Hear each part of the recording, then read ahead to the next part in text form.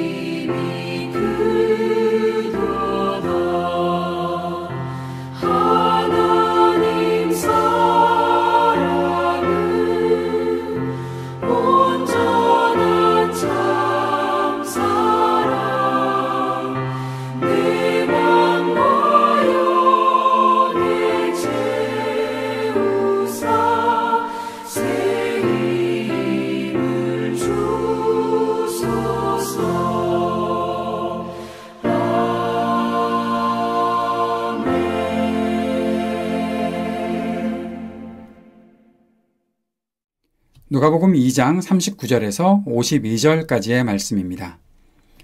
아기의 부모는 주님의 율법에 규정된 모든 일을 마친 뒤에 갈릴리의 자기네 고향 동네 나사렛에 돌아왔다.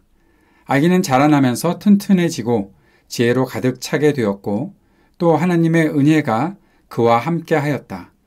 예수의 부모는 해마다 유월절에 예루살렘으로 갔다. 예수가 12살이 되는 해에도 그들은 절기 관습을 따라 유월절을 지키러 예루살렘에 올라갔다. 그런데 그들이 절기를 마치고 돌아올 때에 소년 예수는 예루살렘에 그대로 머물러 있었다. 그의 부모는 이것을 모르고 일행 가운데 있으려니 생각하고 하룻길을 갔다. 그 뒤에 비로소 그들의 친척들과 친지들 가운데서 그를 찾았으나 찾지 못하여 예루살렘으로 되돌아가서 찾아다녔다. 사흘 뒤에야 그들은 성전에서 예수를 찾아냈는데 그는 선생들 가운데 앉아서 그들의 말을 듣기도 하고 그들에게 묻기도 하고 있었다. 그의 말을 듣고 있던 사람들은 모두 그의 슬기와 대답에 경탄하였다. 그 부모는 예수를 보고 놀라서 어머니가 예수에게 말하였다. 얘야, 이게 무슨 일이냐? 네 아버지와 내가 너를 찾느라고 얼마나 애를 태우는지 모른다. 예수가 부모에게 말하였다. 어찌하여 나를 찾으셨습니까? 내가 내 아버지의 집에 있어야 할 줄을 알지 못하셨습니까? 그러나 부모는 예수가 자기들에게 한 그 말이 무슨 뜻인지를 깨닫지 못하였다. 예수는 부모와 함께 내려가 나사렛으로 돌아가서 그들에게 순종하면서 지냈다. 예수의 어머니는 이 모든 일을 마음에 간직하였다. 예수는 지혜와 키가 자라고 하나님과 사람에게 더욱 사랑을 받았다. 아멘. 오늘 말씀 다시 한번 살펴봅시다. 39절부터 나오는 이 말씀은 예수님께서 이제 자라는 과정에 있었던 이야기들을 말해주고 있습니다. 주님의 율법에 규정된 모든 일을 마친 뒤에 정결 예식을 행한 그 뒤에 이제 자신의 고향으로 돌아갔던 요셉과 마리아, 그리고 그 안에서 나사렛에서 자라가고 있는 예수님에 대한 내용입니다. 자라나면서 튼튼해지고 지혜로 가득 차게 되었고 하나님의 은혜가 그와 함께 하였다. 예수님이 이 땅에 오셔서 갑자기 성인이 되어서 구속 사역을 막 시작하셨던 것이 아니라 30살이 될 때까지 쭉 성장하는 그런 과정들이 있었다는 것들을 말해주고 있는 것이죠. 그리고 그 가운데서 율법을 지키면서 지냈던 예수님과 예수님의 부모의 모습. 예수님은 자라나는 과정을 통해서 아마 부모로부터 율법을 배우고 지내지 않았을까. 예수님이 다 알고 계셨을 것 같은데 주님의 율법에 규정된 일들을 아버지로부터 배웠다는 것이죠. 배웠겠죠. 예, 누군가와 함께 그 일을 배우지 않으면 어떻게 알 수 있겠습니까? 모르겠습니다. 예수님이 나 이미 다 알고 있는데 이거 끝까지 배워야 되나? 라는 그런 생각을 하셨는지도 모르겠지만 그렇게 배우는 과정 속에 있었다는 것을 성경은 우리들에게 가르쳐주고 있습니다. 12살이 되는 해에도 절기 관습을 따라서 유월절을 지키러 예루살렘에 올라가셨던 예수님의 모습이 있습니다. 이때 한 가지 사건이 벌어지는 것이죠. 절기를 마치고 돌아오는데 예수님이 부모와 떨어지게 되었고 예수님은 그대로 예루살렘에 머물러 있었다는 겁니다. 도대체 몇 명이나 같이 다녔길래 부모가 사흘 동안이나 예수님을 찾지도 않고 어딘가 있겠지. 12살이면 그 정도 사흘 동안 떨어져 있어도 혼자서 잘 지낼 수 있는 그런 나이인 것 같습니다. 아마 요즘 한국의 부모님들이나 미국이나 마찬가지로 상상도 못할 일이죠. 그만큼 부모님이 예수님께 무심했었나 하는 생각도 하지만 절기를 지키기 위해 예루살렘에 오가는 과정들의 그 복잡한 모습들을 상상해 볼 수 있는 것 아닐까. 그리고 예수님께서 그만큼 신뢰할 만큼의 행동들을 그동안에 하고 계시지 않았을까라는 생각도 해보게 됩니다. 나중에 예수님이 없다는 것을 알고 이제 이 아이를 찾으러 갔는데 예수님께서는 성전에서 선생들 가운데 앉아서 여러 가지 말을 듣기도 하고 묻기도 하고 그 가운데서 예수님께서 가지고 계셨던 그 슬기와 대답에 사람들이 경탄하는 그런 모습들이 나타났다라는 것을 보게 됩니다. 예수님께 그만큼의 지혜가 있었다는 것, 그만큼 잘 배운 것이 아닐까 저는 그런 생각도 해보게 되는데 또 예수님이 하나님이시니까 이미 다 알고 계셨던 것들을 가지고 사람들과 함께 이야기 나누는 것을 통해 사람들이 놀라지 않았을까 그런 생각도 함께 하고 있지만 아무튼 여기서 두 가지 예수님이 정말 지혜로웠다는 것과 또 한 가지는 그렇게 지혜로웠던 예수님이 부모님께 지금 근심거리가 되고 있다는 모습은 함께 나타나 있는 모습이 아닐까 싶습니다. 예수가 그렇게 앉아있는 것을 보고 어머니가 너 우리가 이렇게 찾느라고 애를 태우는지 모른다. 성경이 너무 얌전하게 기록해 놓은 것은 아닐까 싶은데 사흘이나 부모에게 소식을 전하지 않는 아이가 지금 어떻게 발견이 됐는데 있는 것을 보고 우리 같으면 무슨 말부터 시작을 했을까요? 말을 시작했을까요? 아니면 매부터 나갔을까요? 그런데 어쨌든 예수님께서 부모에게 내가 내 아버지의 집에 있어야 하는데 왜 나를 찾으셨어요? 라고 그렇게 대답하십니다. 이건 무슨 대답입니까? 부모가 찾았다고 하는데 예수님을 볼 때 이 장면에서 우리가 예수님이 참 이렇게 하면 안 되는데 그런 생각 하실지 모르겠지만 예수님께서는 자신의 존재를 살짝 드러내 놓으신 것이 아니었을까 하는 생각들을 해보게 됩니다. 그만큼 예수님이 부모님을 무시하고 살았나요? 아니요, 그렇지 않습니다. 앞에서도 말씀드렸지만 12살 된 아이가 부모에게서 떨어져서 사흘을 지냈을 때 그때까지도 부모가 물론 언제부터 찾았는지 모르겠지만 크게 근심하지 않고 뭐 잘 있겠지 생각했던 것으로 봐서는 예수님은 분명히 그동안 부모님께서 신뢰할 만한 그런 태도를 가지고 자라갔다는 것을 볼 수 있고, 그 다음 51절에 보니까 그들에게 순종하면서 지냈다. 예수의 어머니는 이 모든 일을 마음에 간직하였다라는 것을 보면서 예수님이 자라는 과정에서 부모를 속썩이는 그런 아들은 분명히 아니었다라는 것들을 보여주고, 그 다음 52절에 지혜와 키가 자라면서 하나님과 사람에게 더욱 사랑을 받았다. 사랑받는 사람으로 살아가셨다라는 것들을 보여주고 있는 그런 모습을 보면서 특별한 이 사건이지만 이 사건이 예수님의 성품 자체, 소년 예수의 성품을 다 나타내주는 것보다는 잠시 예수님께서 어떠한 존재로 이 땅을 살고 계시는지를 나타내주는 장면으로 이해하면 좋지 않을까 생각합니다. 좀 설명이 길었는데 오늘 묵상을 이렇게 좀 정리를 해봅니다. 하나님이신 그리스도 예수가 사람으로 세상에 오셔서 사셨다는 것이죠. 부모님과 함께 율법을 배우고 지키며 자랐다는 겁니다. 사람으로 사셨던 예수님이 하나님이셨기에 저절로 모든 것을 다 공급받거나 갑자기 성인이 되신 것 아니지요. 예수님은 사람으로 태어나셔서 자라는 모든 과정을 겪으셨다는 겁니다. 하나님의 은혜가 함께했고 지혜로 가득 차게 되었고 튼튼하게 자라갔다는 겁니다. 사람의 과정, 사람의 성장하는 과정들을 볼 수 있지요. 사랑하는 여러분, 이 말씀을 통해서 우리가 하나 생각해 봐야 하는 것은 믿음으로 산다고 하면서 과정을 무시하는 경우가 있다는 겁니다.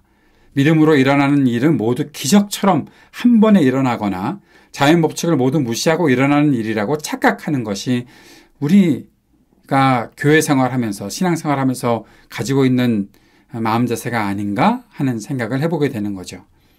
주님께서는 우리에게 초자연적인 일도 보게 하십니다. 그러나 우리가 살아가는 모든 일상과 삶의 과정에서 주님께서 동행하시며 은혜를 베푸신다는 사실을 잊지 않아야 합니다. 그게 더 중요한 것이겠죠. 다 중요한 것이 더 맞겠지만 우리가 지금 더 초점을 기울여야 하는 것은 바로 이것이 아닌가 싶습니다. 주님께 그래서 우리가 지혜를 구하면서 건강할 수 있도록 또 마음과 몸을 가꾸고 살아가는 이 모든 과정이 소중하다는 것을 우리가 기억하고 살았으면 좋겠습니다. 한 번에 대박을 터뜨려 주옵소서. 한 번에 모든 일이 완성되게 해 주옵소서. 그거 아니라 내가 완성을 향해 나아가는 이 모든 과정이 중요한 것임을 기억하고 매일 매 순간 최선 다하여 살게 하옵소서. 그것이 우리가 기도하고 살아가는 믿음의 과정이라는 것이죠.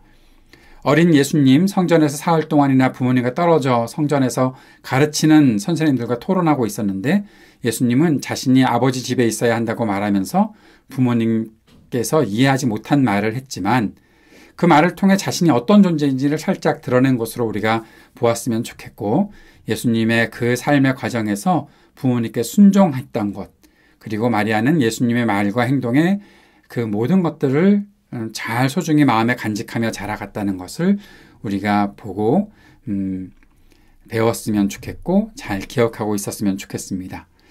예수님께서 그렇게 사셨던 것처럼 우리 자신도 또한 우리 자녀들도 몸과 마음이 잘 성장하고 성숙할 수 있기를 우리가 기도합시다.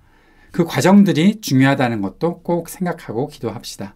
무엇보다 하나님과 사람에게 많은 사랑을 받으며 살아갈 수 있기를 위해 기도했으면 좋겠습니다. 여기에 한 가지 덧붙이자면 그렇게 살아가고 있는 사람들을 사랑하는 마음도 우리 가운데 있어야 하겠다. 내가 사랑받고 또 누군가를 또 우리 자녀들을 그만큼 사랑하며 지낸다면 참 귀한 우리 자녀들로 잘 양육하고 자라게 할 수 있는 그런 기회 줄 수 있지 않겠는가 생각해 보는 것입니다. 오늘 말씀을 이렇게 정리하고 묵상을 해 보았습니다. 함께 말씀을 기억하며 오늘 기도하는 시간 갖기 원합니다. 우리가 기적보다 일상과 과정을 소중하게 여기며 살게 하소서 함께 주님께 기도드립시다. 그리고 우리가 살아가는 이 모든 과정에서 하나님 나라 복음의 일에 쓰임받으며 살게 하옵소서 같이 기도합시다. 오늘도 중보하면서 세상의 모든 분열과 전쟁이 그치기를, 평화가 이루어지기를 위해 기도하고 몸과 마음이 아픈 사람들에게 치유의 은총이 베풀어지기를, 신음하는 지구와 우리 삶의 터전에 희망이 있기를, 우리 청년들을 위해, 노인들과 소외된 이웃들을 위해 함께 기도하고 우리 교회를 위해 함께 기도하는 시간 갖도록 하겠습니다.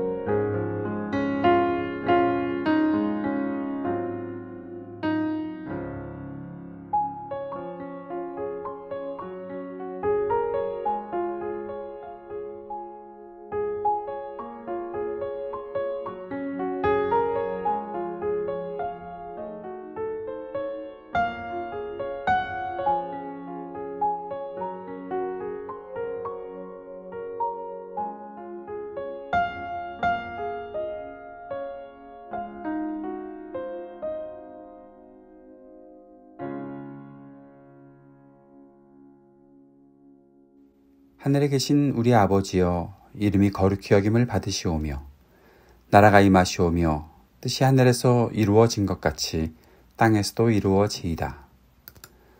오늘 우리에게 일용할 양식을 주시옵고 우리가 우리에게 죄 지은 자를 사하여 준 것 같이 우리의 죄를 사하여 주시옵고 우리를 시험에 들게 하지 마시옵고 다만 악에서 구하시옵소서. 나라와 권세와 영광이 아버지께 영원히 있사옵나이다. 아멘.